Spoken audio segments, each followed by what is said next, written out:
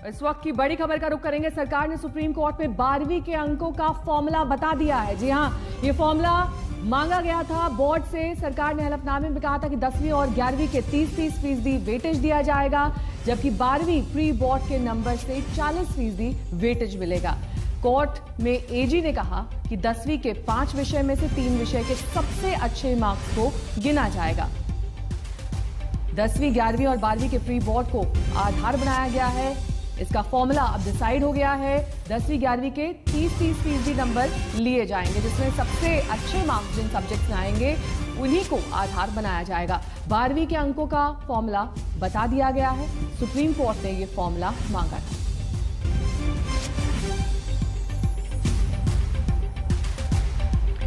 दसवीं और 11वीं के 30% मार्क्स को इसमें शामिल किया जाएगा और इसी आधार पर जो रिजल्ट्स हैं वो तैयार किए जाएंगे।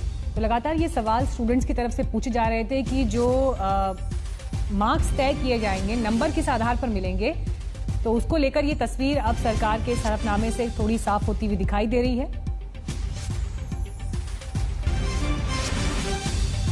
तो 12वीं के अंकों का मूल्यांकन किस तरह से होगा, स्टूडेंट्स की परीक्षाओं में मूल्यांकन का क्या आधार होगा, उसे लेकर ये अहम जानकारी इस वक्त सामने आ रही है। 10वीं और 11वीं के 30% नंबर्स के आधार पर यह मूल्यांकन किया जाएगा। 12वीं के 40% नंबर्स को भी आधार बनाया जाएगा। 30-30-40 ये फॉर्मूला है जिस पर अब 12वीं के रिजल्ट्स आएंगे।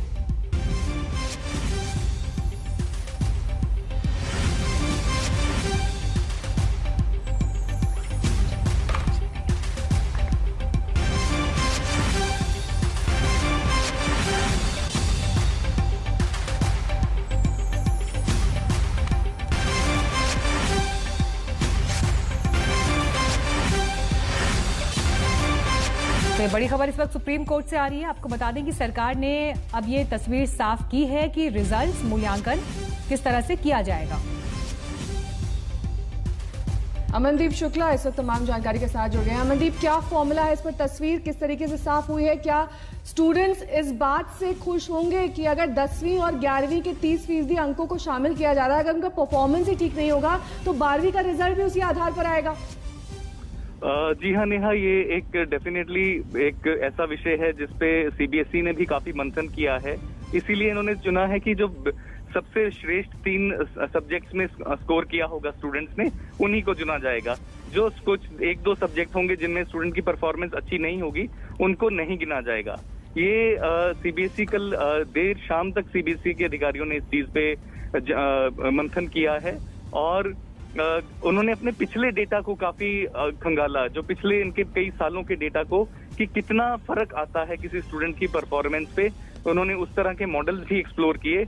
उसके बाद उसमें ये विषय पर आए, इस निर्णय पर आए, क्योंकि उनके लिए भी एक अब टेस्ट से कम नहीं है कि स्टूडेंट उनके लाए हुए फॉर्मूले को एक्सेप्ट करें। जी अमनदीप, एक बार फिर आप सिलसिलेवार तरीके से हमारे दर्शकों के लिए इसको एक्सप्लेन कर दें कि सरकार ने क्या फॉर्मूला दिया है स्टेप बाय स्टेप। जी, अभी जो बताया जा रहा है कि 10वीं और 11वीं के जो सब्जेक्ट्स हैं उनमें उनके टॉप 3 विषयों में ये 30% उनका स्कोर जोड़ा जाएगा और 12वीं का बाकी जो इंटरनल असेसमेंट है और प्री बोर्ड्स हैं उनका 40% उनका स्कोर उसमें जोड़ा जाएगा, जिससे कुल मिलाकर स्टूडेंट्स का 12वीं का नतीजे पर लाया जा सकता है। अमनदीप, एक और क्लैरिफिकेशन यहाँ पर चाहेंगे, क्योंकि सीबीएसई ने अब ये फॉर्मूला तय कर लिया है, इसी को आधार तमाम स्कूल्स मानेंगे, इसी के आधार पर भविष्य भी अब तय होगा कई सारे स्टूडेंट्स का। लेकिन जो स्टूडेंट्स बाहर किसी यूनिवर्सिटी में एडमिशन लेना चाहते हैं, उनके लिए कब तक ये रिजल्ट आ पाएगा? क्योंकि उनके लिए तो डेडलाइन फिक्स है, एक समय पर अगर रिजल्ट नहीं आया तो उसके बाद उनको एडमिशन नहीं मिल सकेगा।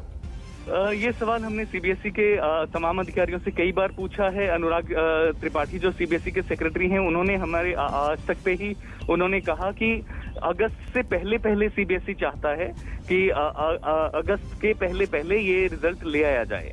तो उम्मीद है कि अगले 1-1.5 या ज्यादा से ज्यादा 2 महीने तक ये रिजल्ट जरूर 12वीं का सीबीएसई ला पाएगी।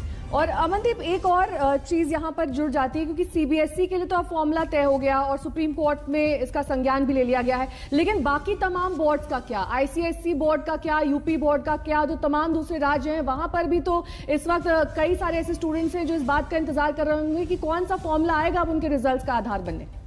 नेहा, क्योंकि ये मामला सुप्रीम कोर्ट के संज्ञान में है और ये जो भी फॉर्मूला है ये तभी बाहर आ पाएगा अगर सुप्रीम कोर्ट इसकी इजाजत देता है।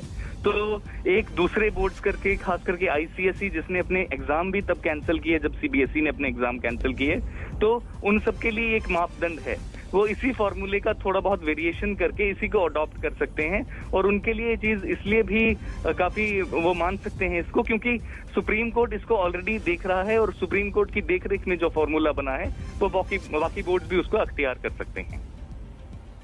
बिल्कुल अमनदीप, और जिस बात की जानकारी अभी अमनदीप हमें सुप्रीम कोर्ट से दे रहे हैं, ये एक बहुत बड़ी खबर।